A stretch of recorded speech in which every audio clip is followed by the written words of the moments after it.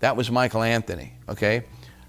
100% dedicated, never did anything to hurt those guys, and they tried to hurt him again and again and again. For Eddie to say he had to show him what to play and had to teach him all those songs, that is the biggest line of bullshit I've ever heard in my life. I was in that band for 11 years. There was never a video camera involved of Eddie showing him what to play.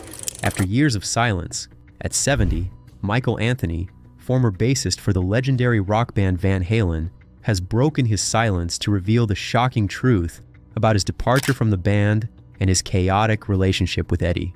This might come as a shock, but you need to hear it. Join us as we expose what Michael said about Eddie.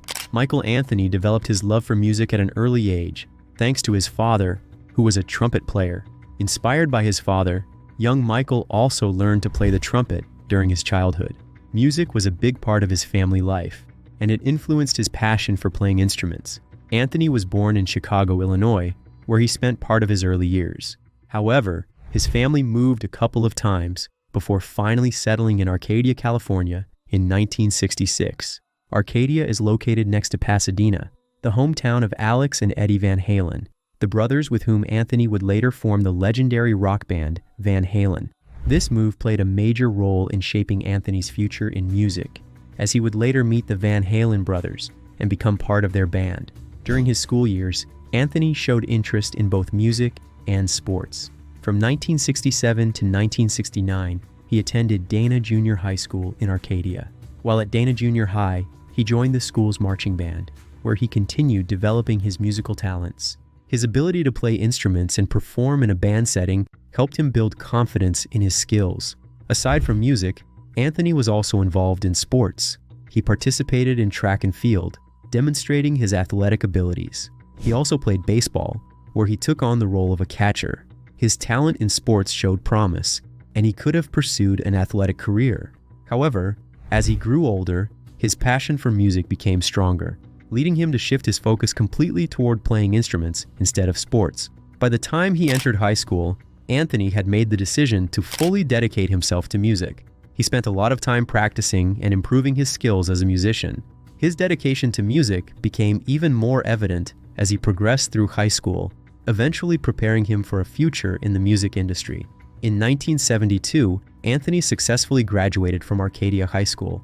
His journey through school helped shape his musical abilities, and his early exposure to playing instruments laid the foundation for his later success.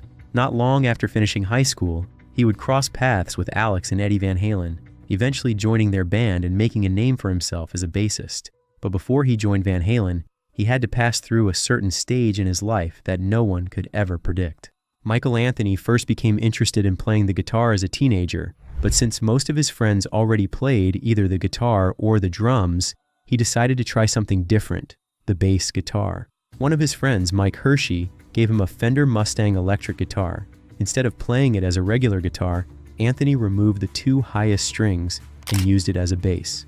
Later, his father bought him a Victoria copy of a Fender Precision bass, along with a Gibson amplifier, which gave him a more professional setup to develop his skills.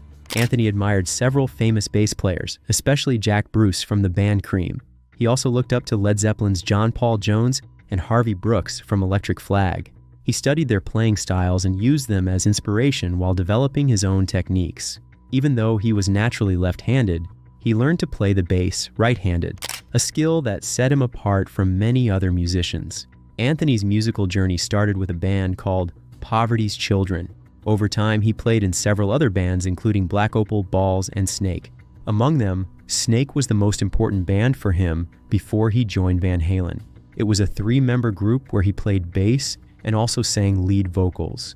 The band mainly performed cover songs by popular rock groups, but they also wrote and played some of their own songs. Snake and Van Halen's early band, Mammoth, often played at the same kinds of local shows. In fact, one time, Snake even opened for Mammoth at a concert at Pasadena High School.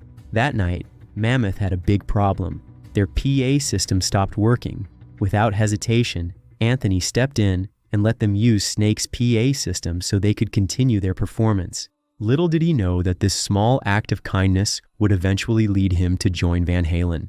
His talent and generosity didn't go unnoticed, and soon after, he found himself as the bassist for one of the most legendary rock bands of all time. While studying music at Pasadena City College, Michael Anthony crossed paths with Eddie Van Halen, who was also a student there.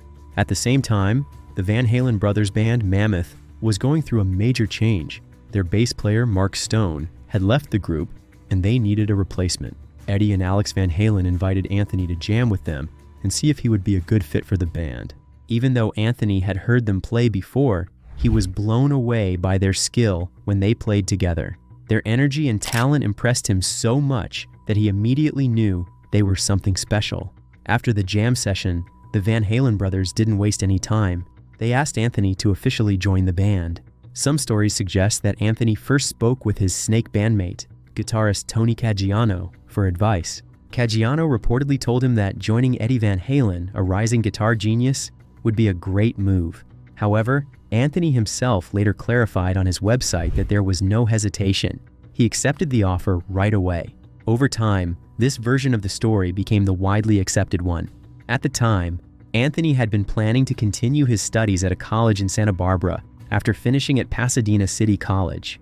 However, once he became part of Van Halen, his priorities completely changed.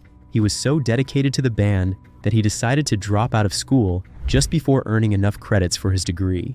Instead of finishing college, he put all his energy into making music with Van Halen, a decision that would soon pay off in ways he could have never imagined. In 1974, Eddie Van Halen, Alex Van Halen, David Lee Roth, and Michael Anthony officially became known as Van Halen. They had originally performed under the name Mammoth, but after discovering that another local band was already using that name, they decided to change it. The band worked hard to make a name for themselves, performing in clubs throughout Los Angeles and West Hollywood. Their talent caught the attention of Gene Simmons from the band Kiss, who helped them record a 29-track demo. Their big break came in 1977 when they signed a record deal with Warner Brothers. The following year, on February 10, 1978, they released their first album, Van Halen, which introduced them to the world. At the start, Anthony was considered a full member of the band, sharing 20% of the band's debts and earnings, including money made from merchandise. The band's manager, Noel Monk, was also included in this financial structure. However, things took a turn for Anthony in 1984 when tensions within the band escalated. During the 1984 album tour, David Lee Roth and the Van Halen brothers pressured Anthony into signing away all his future songwriting credits and royalties. The agreement was made retroactively, meaning Anthony also lost financial rights to the band's 1984 album. According to Noel Monk, the situation was unfair. He later wrote that if he had been in Anthony's position, he would have refused and even skipped the performance that night to make a statement. Instead, Anthony didn't argue. He just signed the papers, losing millions of dollars in the process while the other three band members stood over him. Despite the challenges, Anthony remained with Van Halen for many years. The band released 11 studio albums between 1978 and 1998, along with a live album in 1993 and 2 greatest hits compilations during Anthony's time in the band. Apart from Van Halen, Anthony also supported other musicians. In 1988, he helped produce a demo for his brother, Bobby Lee's band, Asylum Suite. This band had been active since 1984 and featured lead singer Michael Thomas Fiore. Anthony's contribution helped them refine their sound and move forward in their musical journey. As early as 1996, there were rumors that Michael Anthony had been fired from Van Halen. However, despite these claims, Anthony continued to work with the band. The rumors never completely stopped, and they followed him for years until he finally left the band for good after the 2004 reunion tour with Sammy Hagar. Anthony's role in the band had already started to decline by the time Van Halen recorded their 1998 album, Van Halen 3. Unlike previous albums where he played bass on all tracks, his involvement in this one was much smaller. He only played bass on 3 songs, while Eddie Van Halen took over the bass duties for 6 other songs. Even though his contributions were limited, Anthony was still credited as a songwriter for the album, along with the rest of the band. After the album was released, Anthony joined the band for their 1998 tour and was still acknowledged in band announcements. He was also part of 3 reunion attempts with David Lee Roth. in 1996, 2000, and 2001. The last of these reunions even led to early versions of songs that would later appear on A Different Kind of Truth. During this time, Anthony's name appeared in band newsletters, and he was included in a few interviews with the band. However, after that period, Anthony seemed to disappear from the public eye. He was not actively seen or heard from in connection with Van Halen for a long time. It wasn't until the 2004 reunion tour that he made a final return to the band before officially leaving. After leaving Van Halen, Michael Anthony started playing with Sammy Hagar more often during Hagar's solo tours. He performed as part of two of Hagar's bands, the Wabaritas and Los Tres Gusanos. In 2002, Hagar and David Lee Roth went on tour together in what was called the Sans Halen, or Sam and Dave tour. During this tour, Anthony made surprise guest appearances at some concerts. He wasn't the only former Van Halen member to do so. Gary Cherone, another past vocalist for the band, also joined in at times. Occasionally, Anthony and Cherone even performed together on stage. That same year, Anthony teamed up with Hagar, Neil Schon, Dean Castronovo, and Joe Satriani to form a new band called Planet Us. This supergroup allowed him to perform even more frequently with Hagar. Planet Us recorded 2 songs, one of which, Psycho Vertigo, was originally meant to be included on the Spider-Man movie soundtrack. However, in the end, the song was not featured on the album. The second song, Peephole, along with Psycho Vertigo, was eventually released on Hagar's 2008 solo album, Cosmic Universal Fashion. At the end of 2003, Eddie and Alex Van Halen decided to bring Sammy Hagar back into the band for a 2004 tour. However, their original plan did not include Michael Anthony. They wanted to move forward without him.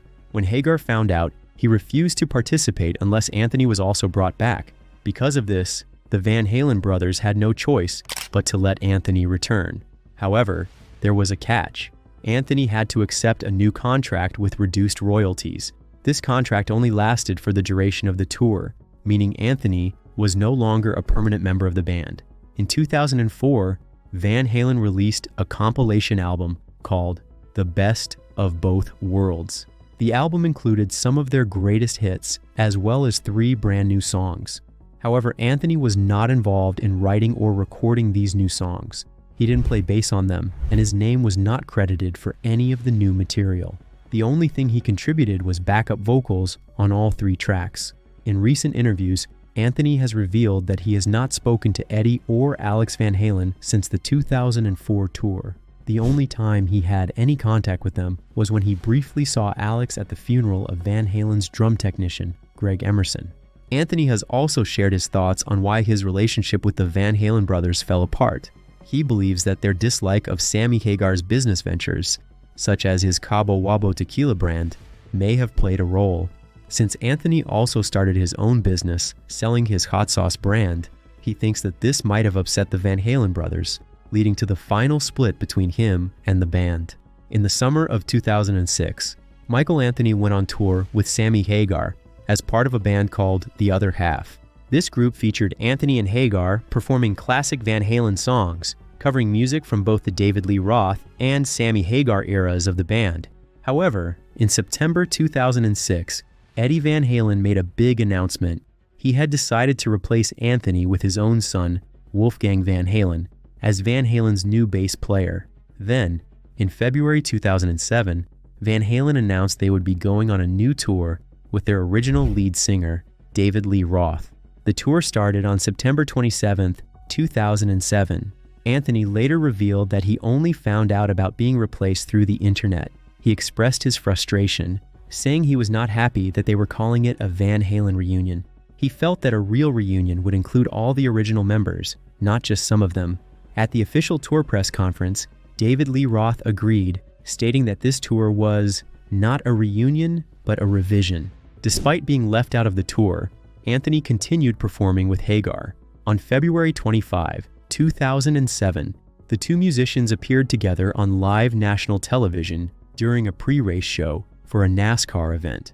During the broadcast, Anthony suddenly jumped on stage and performed Hagar's hit song, I Can't Drive 55, alongside him. A few weeks later, on March 12, 2007, Van Halen was officially inducted into the Rock and Roll Hall of Fame. However, the event was not attended by most of the band members. Eddie Van Halen was in rehab at the time, while Alex Van Halen and David Lee Roth chose not to appear. However, only Michael Anthony and Sammy Hagar showed up to accept the honor, making them the only former or current members of Van Halen present at the ceremony. After leaving Van Halen, Michael Anthony continued his music career by forming a new band with his longtime friend, Sammy Hagar. This band, called Chickenfoot, also included legendary guitarist Joe Satriani and Red Hot Chili Peppers drummer Chad Smith. Anthony played bass guitar and sang backing vocals for the group. Chickenfoot released their first studio album on June 5, 2009 in Europe, and a few days later, on June 9, 2009, in North America. The album was well received, and fans were excited to hear Anthony and Hagar making music together again.